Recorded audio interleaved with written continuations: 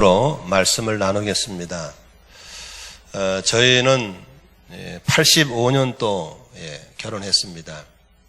둘 다 목회를 하다 만났기 때문에 세상 사람, 이방 사람처럼 그렇게 화려한 결혼식을 한 적은 없습니다. 그냥 저희 아내가 일하는 교회에 담임 목사님이 저희 학교 교수님이라서 그분 주례받고 그냥 수요 예배 전에 잠깐 예배 드리고 국수 끓여 먹고 그냥 신혼여행 갔습니다.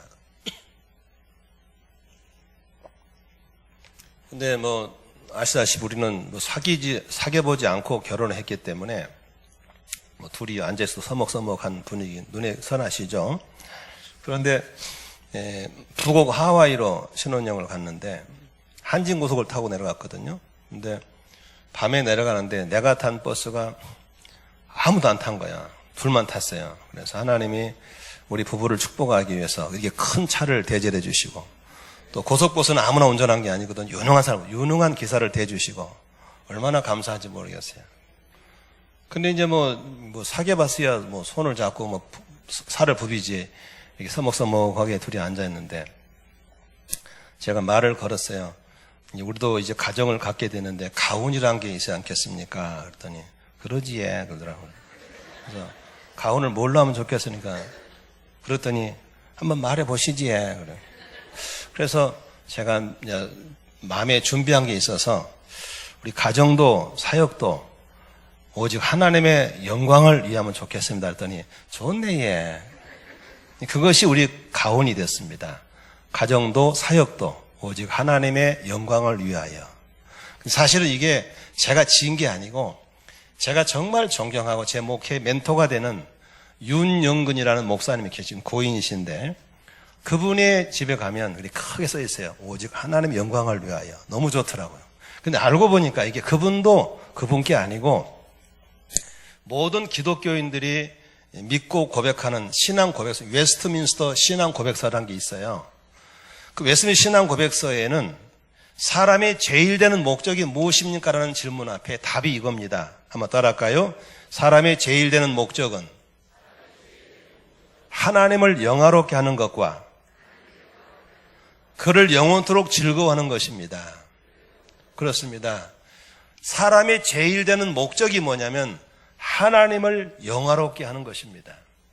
그리고 평생 영원토록 하나님만을 즐거워하는 것이 사람을 지으신 목적이라고 하는 것입니다. 이사야서 43장 7절에 이런 구절이 있습니다. 무릇 내 이름으로 일컫는 자 곧 내가 내 영광을 위하여 창조한 자라는 말이 있습니다. 하나님이 우리를 지으신 걸 믿으시면 아멘 하십시다. 지금 아멘 안 하신 분들은 원숭이 손 될 수 있어요. 하나님이 나를 지으신 걸 믿으시죠? 하나님 왜 나를 지으신 줄 아시겠어요? 돈 벌고 애 나라고 지은 게 아닙니다. 하나님을 영화롭게 하고 살으려고. 아멘이시죠? 하나님이 우리를 창조하신 목적이 뭐냐? 하나님을 영화롭게 하고 살라고 지은 거예요. 그래서 바울 사도는 고린도 교인들에게 편지할 때 뭐라고 했냐면, 너희가 먹든지 너희가 마시든지 무엇을 하든지 다 하나님께 영광이 되게 하라 그랬습니다. 아멘이시죠? 우리가 교회 일도 하고 세상 열심히 살아가고 있지만 목적에 따라서 같은 일을 해도 어떤 사람은 상을 받고 어떤 사람은 벌을 받습니다. 우리의 목적이 하나님의 영광을 위한 것이라면 상을 받지만 하나님의 영광을 위한 것이 아니라면 하나님은 전혀 거기에 칭찬도 가치 기준도 두지 않는다는 사실입니다. 그러므로 우리는 어떻게 해야 하나님께 영광을 돌릴 수 있을까? 어떻게 하나님을 영화롭게 할 수 있을까를 고민하고 좋은 전략들을 배우시기를 주의 이름으로 축원합니다. 오늘 바울 사도는 갈라다 교인들의 편지 쓸 때 마지막 24절을 볼까요? 뭐라고 그랬어요? 나로 말미암아 하나님께 영광을 돌리니라 그랬어요. 이 말을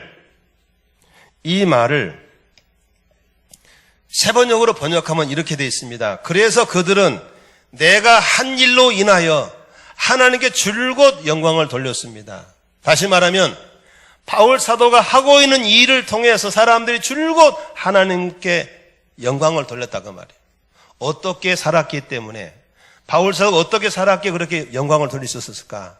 여러분도 하나님의 영광을 위해 살기 원하신다면 바울 사도를 통해서 세 가지를 배울 수 있기를 바랍니다. 첫 번째로, 바울 사도는 단순하게 살았고 본질에 집중된 사람이었습니다. 오늘 18절 19절 한번 같이 읽어볼까요? 같이 읽습니다. 시작.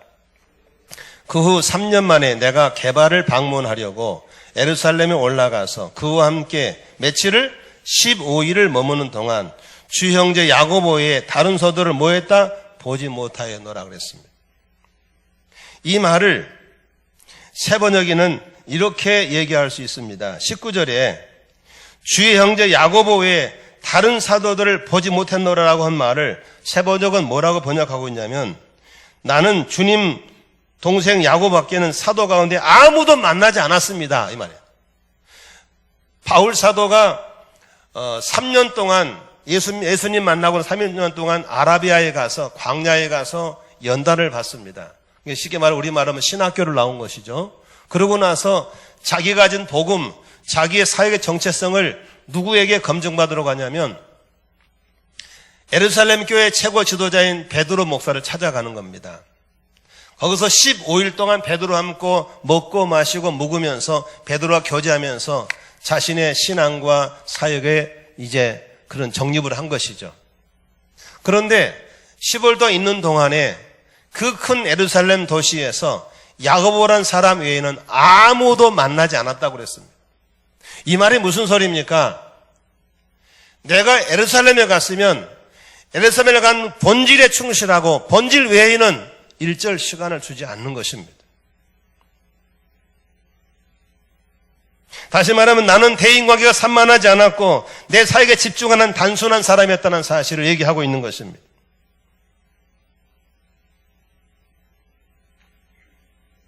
복잡하게 살면, 인간관계 복잡하면, 하는 일이 복잡하면 하나님의 영광이 나타나지 않습니다. 어느 날 예수님이 마르다와 마리아가 사는 집에 신방을 가셨습니다. 신방을 갔는데 그 언니는 여러 가지 일로 복잡했어요.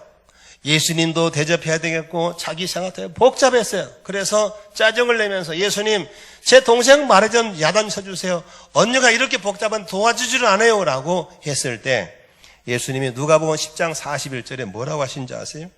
주께서 대답하여 이르시되 마르다야 마르다야, 따라합시다. 네가 많은 일로 염려하고 근심하나 몇 가지만 하든지 혹은 한 가지만 족하니라. 다시 말하면 이것저것 복잡하게 사는 것 좋은 일 아닙니다. 몇 가지만 하든지 한 가지만 하는 것이 좋다라고 예수님 말씀하신 줄로 믿습니다. 너무 많은 일로 염려하고 너무 많은 근심하는 것, 이것저것 분주한 사람들 주님의 날에 칭찬 듣기 어렵습니다. 공부를 잘하는 사람이나 예체능을 잘하는 사람의 공통점이 있습니다. 공부할 때 앉으면 진득하게 공부한 사람도 공부 잘하는 사람들입니다. 예체능 하신 분들은 한번 악기를 잡으면 진득하게 연습하는 사람, 그 사람이 잘합니다. 저희 조카 손주 하나가 피아노를 전공한 애가 있습니다. 이화여대에서 피아노를 전공하고 독일 가서 학위를 받고 온 애가 있는데 한 번은 보니까 피아노 친다고 들어가더니 서너 시간 동안 안 나오는 거야. 3시간인가 4시간인가 안 나오고 계속 치는 거예요. 야, 너는 안 지겹냐 그랬더니 괜찮대. 한 번 들어가면 보통 서너 시간씩이래. 그런데 피아노 못 치는 놈들은 아무리 학원을 보내고 개인 레슨을 시켜놔도 들어가면 30분 못 치고 나와요. 왜 나오냐 그러면 화장실 간대. 또 들어가 좀 이따 띵동가 또 나와. 왜 가냐? 물 먹으러 나왔대. 또 나와. 왜 나오냐니까 바람 쐬러 나왔대. 부모가 뭐라 그러면 뭐라 그래요? 물도 못 먹어요? 화장실 못 가요? 바람도 못 쐬요? 이거 하고 있어요. 이런 사람들은 가르치면 안 됩니다. 여러분 자녀들 보세요. 공부 못하면 똑같아요. 공부 좀 하라고 들여보내면 안에서 뭐 하고 있어요? 스마트폰 보고 앉아 있어요. 뺏어 뿌렸어. 그러면 좀 이따 나와. 왜 나오니까 화장실 간대. 물 먹으러 나왔대. 바람 쐬러 나왔대. 맨날 들락날락 공부 못한 애들이에요. 단순하게 집중하고 본질에 충실한 사람들이 하나님의 영광으로 쓰임받은 걸 믿으시길 바랍니다. 저는 이게 선교를 많이 다녔어요. 해외 목사님들 선교를 나가면 이상한 목사님들이 있어요. 선교를 왔으면 선교를 해야 되는데 선교는 관심 없고 구경 다니고 터서 음식 먹으러 다니고 마사지 받으러 다니고 놀러 다니고. 여러분 뭐하러 왔어요 여기? 목사님 선교도 하지만 선교 지역을 문화 체험으로 왔어? 그럼 당신은 선교 온 게 아니야. 미션 투어야, 투어. 저는 선교 나가면 하지 않습니다. 왜냐하면 교인들은 목사님 보내놓고 우리 목사님 선교 갔다고 기도해주고 동고도 줬는데 그걸로 따놓으면 안 되는 것이죠. 외국에 부흥회 나가면 부흥회하고 들어오면 되는 것이지 거기서 이것저것 다니면 안 되는 겁니다. 차라리 교회에서 저 여행 갑니다 라고 해서 여행은 할 수 있다고 생각하죠. 본질에 충실하기를 주의 이름으로 축원합니다. 본질에 충실하셔야 됩니다. 그리고 복잡하면 안 됩니다. 단순해야 될 줄로 믿습니다. 지금 제 나이는 한국교회적으로 이런저런 일을 맡아달라고 감투를 뜰 때가 됐어요.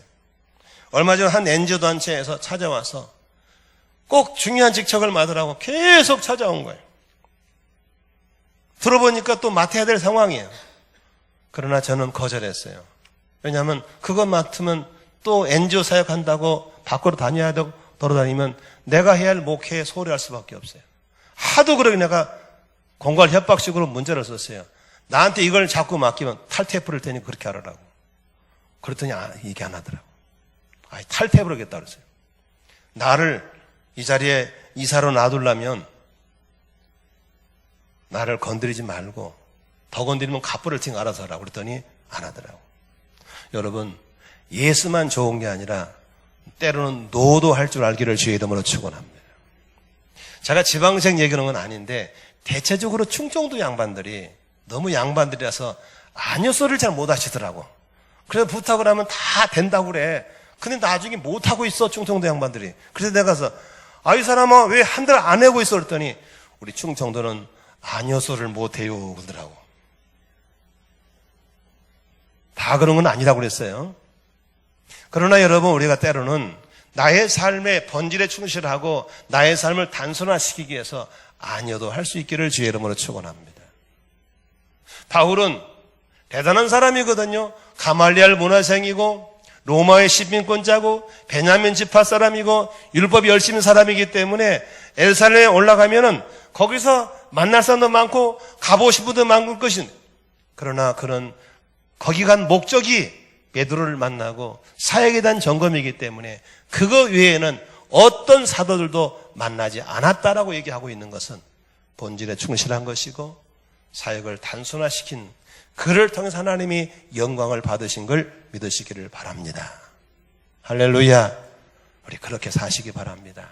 옆사람 인사합시다. 단순하게 삽시다.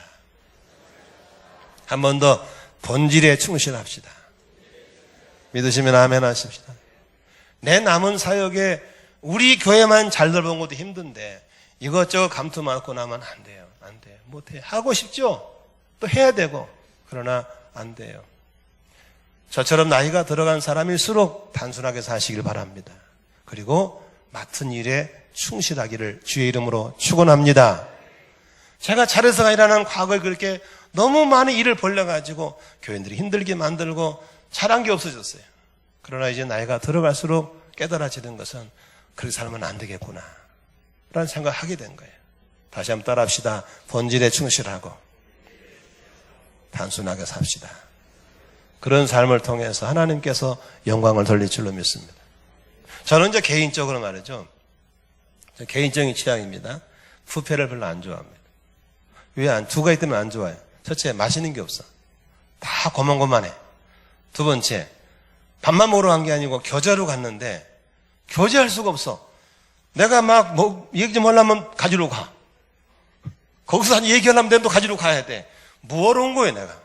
그래서 잘 안 가요. 엊그제 누가 부페 사진 달길래 안 간다 그랬어요. 된장찌개 먹자고 그랬어요.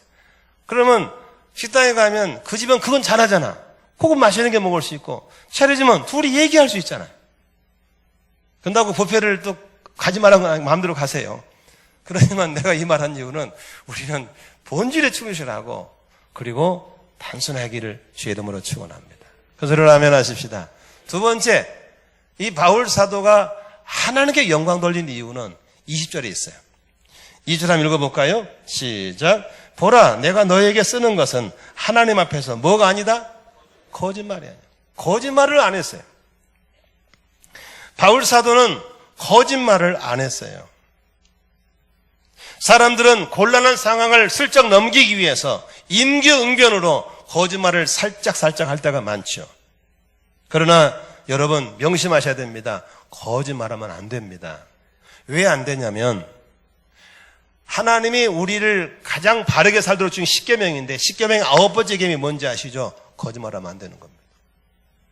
거짓말하면 하나님의 계명을 어기는 거기 때문에 하나님이 좋아하지 않습니다. 거짓말하지 않기를 주의 이름으로 축원합니다. 그렇게 되려면 다음 몇 가지를 조심하시면 거짓말을 안 할 수 있습니다. 첫째로 거짓말하면 귀신이 좋아합니다. 마귀가 좋아합니다. 왜냐하면 마귀의 별명이 뭔지 아시죠? 거짓의 압입니다. 뭐라고요? 그러니까 우리가 거짓말하면 마귀가 와서 어머 내 새끼 하고 찾아온다는 거예요. 그리고 거짓말하면 마귀를 불러들이는 겁니다. 내 삶 속에. 그러므로 거짓말하는 것은 어둠을 불러들이는 거기 때문에 거짓말하지 않기를 주의 이름으로 축원합니다. 그리고 자꾸 거짓말하는 사람 속에는 반드시 귀신이 충만해집니다. 두 번째, 거짓말하지 않으려면 어떻게 할까? 오늘 본문에 보니까 바울은 누구 앞에서? 누구 앞에서라 그랬어요? 하나님 앞에서.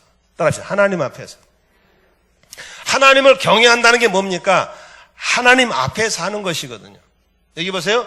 아담과 하와가 선악과를 따먹을 때 아무도 안 본 줄 알았거든요. 그 따는 순간 누가 보고 있었어요? 하나님 보시고 있는 거예요. 남자가 바람 피울 때 자기 아내가 두 눈을 뜨고 보고 있다면 바람 피워 못 피워? 못 피우는 거죠. 이 순간에는 안 본 줄 알고 있었던 것이죠. 아니요. 다 보고 있어요.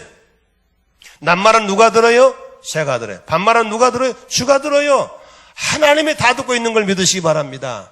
그러므로 언제나 믿음 좋은 사람들은 하나님 앞에 살고 있다는 사실을 기억하고 있는 것이 신앙인 걸 믿으시기 바랍니다. 그러므로 하나님 앞에서 거짓말하면 안 돼요. 세 번째, 거짓말하지 않기 위해서는 어떻게 해야 될까요? 나는 거짓말을 잘할 수밖에 없다는 사실을 나 약점이에요, 인간이.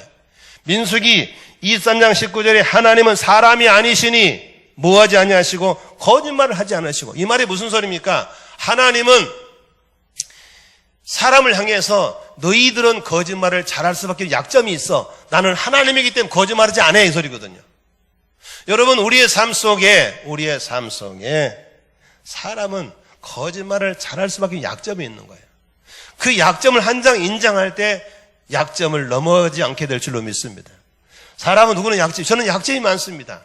저는 약점이 많기 때문에 그 약점을 항상 조심하다 보니까 약점 때문에 넘어진 적이 없어요. 인간은 거짓말을 잘할 수 있다는 사실을 하나님 인정하고 있는 거예요. 그러므로 언제나 나의 약함을 인정할 때 거짓말하지 않고 넘어가게 될 걸 믿으시길 바랍니다. 거짓말하지 않기 원하시면 아멘 하십시다. 투명하게 살아야 됩니다. 언제나 거짓말은 어둠 속에 일어나는 일이거든요. 요한일서 1장 6절에 보니까 만일 우리가 하나님과 사귐이 있다 하고 따라합시다. 어둠에 행하면 거짓말을 하고.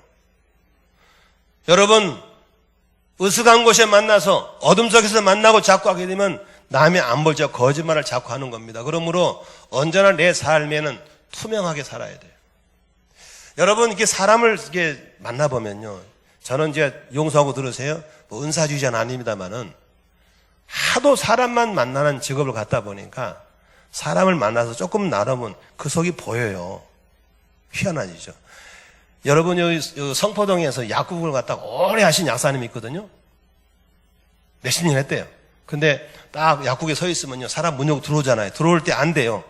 길 물어보는구나. 감기약이네, 영양제네 다 안 돼요. 거의 맞춘대요. 어떻게 맞추냐니까 그렇게 된다는 거야. 저는 사람만을 사귀다 보니까 같이 얘기하다 보면 보여요. 이거 거짓말하고 있네 이놈이요. 이 사람 진실한 사람이구나 다 보여요. 그래서 내가 항상 우리 청년들 보고 배우자감 사귀면 결정하게 데려오라고 그래. 나가 보면 다 봐준다고. 여러분, 이 사람들이 사귀다 보면요, 거짓말하는 사람들은 어두워요. 그러나 언제나 투명한 가운데 창문을 열어놓고 있으면 다 볼 수 있는 거죠. 여러분, 어둠 속에 살지 않기를 주의 이름으로 축원합니다. 아내가 남편을 볼 수 있어야 되고, 남편이 아내를 볼 수 있어야 되고, 부모가 자식을 볼 수 있어야 되고, 자식이 부모를 볼 수 있어야 되고, 목사님이 성도의 삶을 볼 수 있어야, 여러분들은 저를 볼 수 있어야 되는 거죠. 믿으시면 아멘 하십니다. 그래서 제가 여러분들을 우리 집에 초청하잖아요. 오라고. 와서 우리 사는 걸 보라고. 내가 여러분 집에 가겠다고.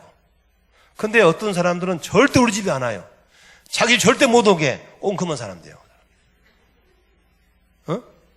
왜 안 오고 왜 안 가? 그러면 안 되지.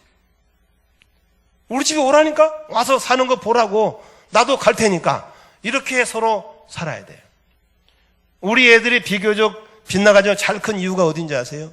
우리는 부모와 자식 간에 대화하면서 숨기는 게 없어요. 우리 부부도 마찬가지요. 다 얘기해요. 또 자기도 얘기해요. 여러분, 이렇게 투명하게 사시기를 주의 이름으로 축원합니다. 그러면 거짓말 안 할 수 있어요. 거짓말을 하지 않으려면 명심하십시오. 한 번 거짓말하면 반드시 내게 손해가 온다는 사실을 잊지 않기를 바랍니다. 더선 안창호 선생님이 그런 말을 했어요. 한 번 거짓말하고 그 거짓말을 합리화시키기 위해서는 7마디의 거짓말이 필요해요. 그걸 덮으려면.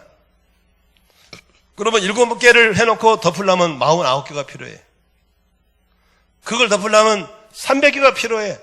그러다 보면 평생 거짓말하고 살아야 돼. 한 번 거짓말하면. 그러므로 한 번 정도 진실하게 꺼내놓고 살아가시기를 주의 이름으로 축원합니다. 거짓말을 하지 않으려면 아예 거짓말 상황을 만들지 마세요. 욕심을 부린다든지. 그러니까 그런 상황을 아예 안 만들어야 돼요. 그러면 거짓말을 안 하게 될 줄로 믿습니다. 여러분 좀 들으세요. 우리나라 사람들은요, 문화 자체가 거짓말을 잘하게 돼 있어요. 왜냐하면 국민의 정서는 어디에 깔고 있는, 미국이라는 나라는요, 어떤 대통령이 집무실에서 백악관에서 여비서하고 성추행을 했어. 들통났어. 그건 잘라야 돼, 우리 같으면. 근데 용서하고 살잖아요, 뻗젓이. 그런데 어떤 대통령은 거짓말에 들통나서 잘렸어요. 어떻게 된 사건이 그 사건이잖아요.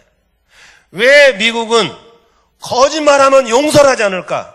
간단하죠. 미국의 밑바닥에는 성경이 깔려있고 하나님이 들어있고 십계명이 들어있는 걸 믿으시기 바랍니다. 우리나라는 성추행에 들리면 다 죽여버려. 거짓말을 아무리 해도 다 용서해줘. 대통령이 거짓말하고 지도자가 거짓말하고 야당 지도자가 거짓말해도 국민들은 다 저놈들은 원래 저래하고 나도 왜? 나도 거짓말하거든. 이 나라가 왜 이렇게 거짓말을 많이 하는가? 왜 거짓말 넘어가 주는가? 왜 그런지 아세요? 우리나라 정서에는 성경이 있는 게 아니고 공자님이 계시는 거예요. 체면이 있는 거예요. 적당한 체면을 위해서는 아내의 거짓말하고 남편의 거짓말 되는 문화가 깔려 있는 거예요. 어렵습니다. 왜 지금 저 난리를 칩니까? 정직하면 해결됩니다. 잘못했습니다. 뻔히 드러날 거짓말을 하고 있는 거예요. 그러면 돌멩이든 자기는 거짓말 안 했나? 파보면 다 나와, 줄줄이 나와. 그러니까 너도 그렇잖아. 나만 그런 게 아니라 서로 이러고 안 나오고 있는 거예요. 우리나라 말에 이런 말이 있죠. 한번 따라할까요? 공자가 죽어야 나라가 산다. 우리나라 이 문화를 바꿔야 될 줄로 믿습니다. 거짓말하면 안 되는 나라, 거짓말을 살 수 없는 나라, 거짓말하면 누구라도 물러나야 되는 나라를 만들어야 될 줄로 믿으시기 바랍니다. 그것은 어디서 시작돼야 됩니까? 성경을 믿는, 하나님을 믿는 우리부터 정직하게 가야 될 걸 믿으시기를 바랍니다.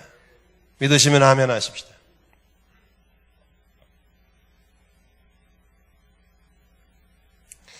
이건 일부 때 안 한 얘기인데요. 제가 사회복지사 이렇게 따려고 시험을 봤어요. 그런데 실기를 또 해야 된다 하더라고요. 실제 가서 해야 되는데 내 후배가 그런 일을 복지를 하고 있어요. 갔더니 선배님 그냥 선배님은 그냥 안 와도 오는 걸로 해줄 테니까 오지 마세요. 불편합니다. 그러면서 그냥 밥만 사주세요 그러더라고. 그리고 가서 대충 하고 또 그 점수를 매긴 사람은 그게 집사예요. 여집사.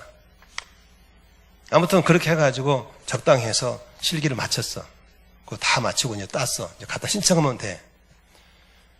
주님이 찾아오셨어요. 야, 이 도둑놈아. 고민 많이 했어요. 이거 넣으면 되는데. 하나 또 하나 꼬여가지고 또 하나가 또 걸렸어. 그래서 기도하는 가운데 하나님이 포기하라고 그랬어요. 그래서 그 여집사에게 전화했어요. 집사님, 저를 이렇게 봐준 거 참 고마운데 목사가 쪽팔리게 이렇게 부정을 저질렀습니다. 죄송합니다. 없는 걸로 하겠습니다. 그 집사는 말이 목사님 다른 분들 다 이렇게 했는데 왜 목사님 안 하세요? 다른 분 다 이렇게 갔는데 모르겠어요. 나는 그분들은 모르고 나는 안 하랍니다. 속이 편해. 그러고 나니까. 우리 그렇게 살아가는 사람들이 하나씩 쌓이면 그때부터 우리나라가 좋아질 줄로 믿습니다. 아멘이시죠? 저는 지난주 목요일 날 우리나라 국정원장을 지냈던 장로님과 식사를 했어요. 그분이 하시는 말씀이 우리나라에 요직에 다 기독교인 들어가 있대요. 장로님 아들들이, 권사님 딸들이, 목사님 자녀들이 그렇게 중직을 맡고 있는 거예요. 기독교인들이 잘해야 됩니다. 아멘이시죠? 그분들이 정말 정직하게 나가면 이 나라에 희망이 있고, 아멘. 성경을 믿는 사람들이, 하나님 믿는 사람들이 거짓말 찔질하면 이 나라 희망 없습니다. 우리 사랑하는 성도 여러분, 바울을 통해서 거짓말하지 않게 살아갈 때 하나님 영광이 드러날 줄로 믿습니다. 세 번째로 바울은 자신의 삶이 변화된 열매를 통해서 하나님께 영광을 돌리고 있는 것입니다. 우리 21, 22, 23, 24 같이 한번 읽을까요? 시작. 그 후에 내가 수리아와 길리기아 지방에 이르렀으나 그리스도 안에는 유대의 교회들이 나를 얼굴로는 알지 못하고 다만 우리를 박해하던 자가 전에 말하던 그 믿음을 지금 전한담을 듣고 나로 말미암아 하나님께 영광을 돌리니라. 특히 23절 보세요. 바울 사도가 전에 어떤 사람이었어요? 박해.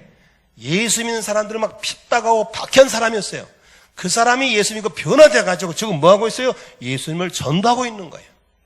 저렇게 사람이 헷가닥 변화된 걸 보고 사람들이 하나님께 영광을 돌리고 있다고 말입니다. 여러분, 우리가 예수 믿고 다니면서 안 믿는 사람 앞에서 징하게도 안 바뀌네. 저 인간은 똑같아. 그 욕입니다. 너는 교회 다니 참 많이 바뀌었다. 얼굴도 바뀌고 말도 바뀌고 참 많이 변했다. 이게 칭찬인 걸 믿으시 바랍니다. 징하게도 안 바뀌니까 자기는 진리를 믿기 때문에 안 바뀐다네. 그 욕입니다. 우리가 예수 믿고 변화된 삶을 통해서 하나님께 영광이 될 줄로 믿습니다. 바울 사도는 어떤 사람이었습니까? 과거에 예수 믿는 사람을 갖다 핍박하는 사람이었어요. 예수 믿는 사람을 잡아다가 감옥에 가두는 그런 사람이었어요. 심지어는 스데반을 돌로 쳐 죽이는 데 앞장선 사람이었어요.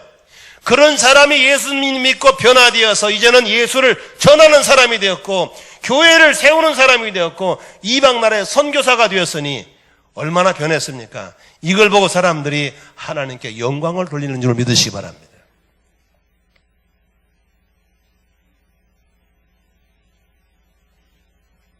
왜 바뀔 수 있습니까? 왜 그렇게 바뀝니까?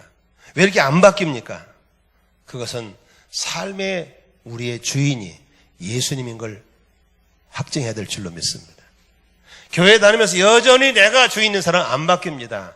교회에 와서 내 삶의 주인이 내가 아니라 나의 삶의 주인이 예수님이구나라고 예수를 영접할 때부터 바뀌기 시작할 줄로 믿습니다. 예수를 내 삶 속에 영접하면은 빛이 들어오기 때문에 다 들춰나게 되어 있습니다. 무질서가 질서로 보이고 절망의 소망으로 보이고 길이 정리될 걸 믿으시기 바랍니다. 바뀔 수밖에 없는 것입니다. 예수 믿고 안 맡긴 건 둘 중에 하나입니다. 그 사람 버림받은 사람 아니면 예수를 잘못 믿는 사람입니다. 바뀌게 되어 있습니다. 따라하십시다. 예수 믿고 변화되는 건 기적이 아니라 변하지 않는 게 기적이다. 다시 말하면 예수 믿으면 변화받는 건 지극히 당연한 걸 믿으시기를 바랍니다. 저는 과거에 술도 먹고 담배도 피운 사람이었어요. 우리 고향에 다 하는 사람이에요. 술 잘 먹는 사람. 내가 예수 믿고 술 딱 끊고 담배 딱 끊고 갔더니 우리 1년 선배 장경선이라는 사람이 군청에 근무하는데 내 손을 잡고 손을 못 놓는 거예요. 세상의 자네가 왜? 바뀌었기 때문에. 과거에 우리 교회 초창기 때 노용진이라는 집사가 있었어요. 이 사람은 여러분 지금은 고잔역인데 그쪽에 뻘바닥이 횟집이었거든요. 술을 엄청나게 먹으면 술치대백이거든요. 그 사람이 우리 교회 와서 예수 믿게 변화됐어. 부흥회 때. 은혜 받고 나 이 사람이 전도 온다고 전도이 달래. 그래가지고 이만큼 들고 중앙역에서 전도를 하는 거예요. 그러니까 엊그제 술 친구가 하는 말이 야 영진 한잔하러 가자 하니까 예수 믿으니까 이 새끼 장난치지 말고 이걸 탁 치면서 장난치지 말고 가자고. 아, 나 진짜로 예수 믿는다고. 이렇게 사람들이 놀랄 만큼 변화가 될 줄 믿습니다. 아멘이시죠? 인천 신호동교회 전광훈이라는 목사님 계신데 여기 충청도 보령에 속리산이 있어요. 그렇죠? 거기서 유명한 깡패였거든요. 이 사람이 이제 깡패 하다가 예수 믿고 변화받았어. 신학교를 마치고 인천에서 목회를 하게 됐는데 어느 날 교인들이 목사님 고향에 한번 가자고 그러니까 버스를 싣고 송산에 갔어. 그래가지고 이제 성리산에서 구경을 다니고 가이드를 목사님 해주는 거야. 근데 그 성리산에서 옛날처럼 건들건 놀던 옛날 친구들이 야 강문아 왔냐? 한잔하자 그러니까 이 새끼 나 목사 됐어 그러니까 이 새끼 까불지 말고. 이런 변화가 일어나야 영광을 받을 줄로 믿습니다. 어찌 똑같아 안 바뀌어. 진리는 안 바뀌어도 인생은 바뀌어야 될 줄로 믿습니다. 바울이 이렇게 핍박자가 전도자로 교회의 문을 단 사람이 교회를 세우는 바뀐 걸 보고 하나님께 영광을 돌리는 걸 믿으시 바랍니다. 변화받기를 원하시면 아멘 하십시다. 예수 믿으셔야 돼요. 제대로 믿으셔야 돼요. 할렐루야. 우리 생명의 삶에 오신 분들 얼굴이 바뀌고 있잖아요. 복음을 깨달으니까 믿어지니까 얼굴이 바뀌는 거예요. 변화되는 거예요. 오늘 정심 때 다 금식하고 올 거예요. 왜? 오늘 성령 받기 위해서. 믿으시면 아멘 하십시다. 교회만 다니고 안 바뀐 사람들 종교인들이에요. 신앙인들은 아닙니다. 변화돼야 됩니다. 나는 변화가 필요한 걸 인정하시기를 주의 이름으로 축원합니다. 주님이 오셔서 우리를 바꿔줄 줄로 믿습니다. 약한 사람이 건강을 바뀔 것이고 절망의 소망으로 바뀔 것이고 가난해진 사람이 부자로 바뀔 것이고 아멘. 맨날 욕한 사람이 언어가 바뀔 줄로 믿으시길 바랍니다. 말씀의 결론 믿고 마치겠습니다. 바울 사도는 고린도께 편지 쓸 때 먹든지 마시든지 하나님께 영광을 돌리라고 그랬습니다. 그것이 우리를 지으신 목적이기 때문인 걸 믿으시 바랍니다. 하나님의 목적대로 살아가시는 우리 성도 되시기를 주의 이름으로 축원합니다. 우리의 삶의 유정을 돌아보십시오. 하나님의 영광을 드러내고 있는지, 하나님의 영광을 가리고 있는지, 바울사처럼 내가 먹든지 마시든지 무엇이든지 영광을 살아가고 있는지를 점검하시면서 삶의 목적을 따라 살아가시기를 주의 이름으로 축원합니다. 그럴 때 하나님이 복을 주시고 그 사람을 들어쓰실 것이고 그 사람을 통해서 큰 일들을 진행하실 줄로 믿습니다.